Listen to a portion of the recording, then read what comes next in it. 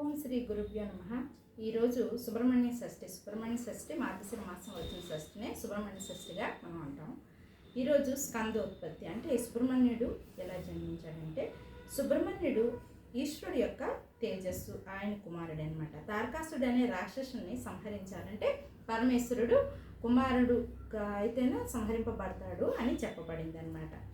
ఆయన తేజస్సుని అగ్నిహోత్రుడి దగ్గర ఉన్న శివ తేజస్సును గంగయందు విడిచిపెడితే ఉమాదేవి బెంగ పెట్టుకోదు, గంగయందు ప్రవేశపెట్టండి అని చెప్పాడు. అగ్నిహోత్రుడు గంగమ్మ దగ్గరికి వెళ్ళి, అమ్మ, దేవతల ప్రియం కొరకు నీవు గర్భమును దాల్చాలి అని అడిగితే ఆమె శివ తేజస్సును స్వీకరించడానికి మనస్ఫూర్తిగా అంగీకరించింది. అగ్నిహోత్రుడు తనలో ఉన్న శివ తేజమును గంగయందు విడిచిపెట్టాడు. వీళ్ళందరి నేను ఈ తేజస్సును భరించలేను, ఏం చేయను అని అడిగింది. దేవతల్లో మరలా కంగారు మొదలైంది. అగ్నిహోత్రుడు గంగతో, నీవు భరించలేకపోతే దానిని హిమవత్పర్వత ప్రాంత పాదముల దగ్గర వదిలిపెట్టు అన్నాడు. గంగ అలాగే చేసింది. తేజస్సు వెళ్ళి భూమి మీద పడగానే విశేషమైన బంగారము, దాని నుండి వెండి పుట్టాయి.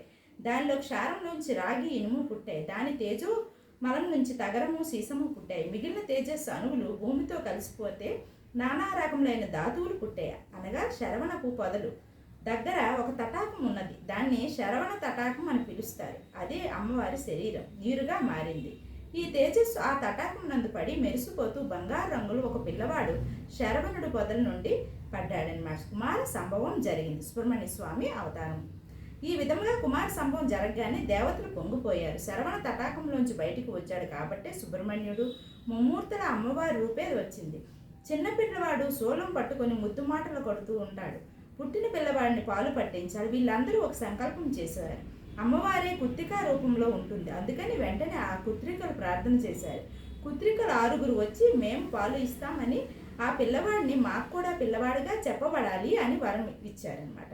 అందుకే ఈ పిల్లవాడిని కుత్రికలు పిల్లవాడు బిడ్డడిగా పెంచారు కాబట్టే కుమారస్వామిగా మనం పిలుస్తాం. వాళ్ళు వెంటనే మాతృత్వం పొందారు. మా అమ్మాయి పాలివ్వడానికి సిద్ధపడింది. 6 ముఖములతో ఈ పిల్లవాడు ఏకకాలం నందు పాలు తాగి షణ్ముఖుడు అయ్యాడనమాట. కుత్రికలు పాలు తాగాడు కాబట్టి కార్తికేయుడు అయ్యాడు. సనత్ కుమారుడు ఇలా జన్మించాడు కాబట్టి స్కందుడు అని కూడా పిలువబడ్డాడు. 6 కుత్రికలు ఏకకాలం నందు పానం చేసిన వాడు కనుక ఆయనకు శనానుడు అని కూడా పేరు వచ్చింది. పరమశివుని తేజస్సులోంచి వచ్చిన పిల్లవాడు కనుక కుమార అని పిలిచారు. ఆయన ఒకేసారి తల్లులు పాలు త్రాగి తొందరగా భక్తులు రక్షించడానికి ఒక్కో రోజులో యవ్వనంలో ఉన్న కుమారస్వామిగా మారిపోయాడు. ఉత్తరక్షణం ఆయనకు అభిషేకం చేద్దామని పుట్టినరోజు నాడే దేవతలందరూ ఆయనకు కూర్చోబెట్టి దేవసేనాధిపతిగా అభిషేకం చేశారు. సేనాని అని పేరు పొందాడు. ఈయనకే గుహ అనే పేరు ఉంది. పరమ పవిత్రమైన ఈ సుబ్రహ్మణ్య స్వామివారి జననం వినడం అన్నది, ఆయన గూర్చి వినడం అన్నది ఎవరికో తప్ప చెల్లదు. ఆయన కార్తికేయునికే భక్తులే ఈ లోకమందు సుబ్రహ్మణ్య ఆరాధన చేస్తారో వారు ఆయుష్మంతులై పుత్ర పౌత్రులను చూసి స్కంద లోకమును పొందుతారు. సుబ్రహ్మణ్యం షష్ఠి. ఓం శ్రీ సుబ్రహ్మణ్య నమః.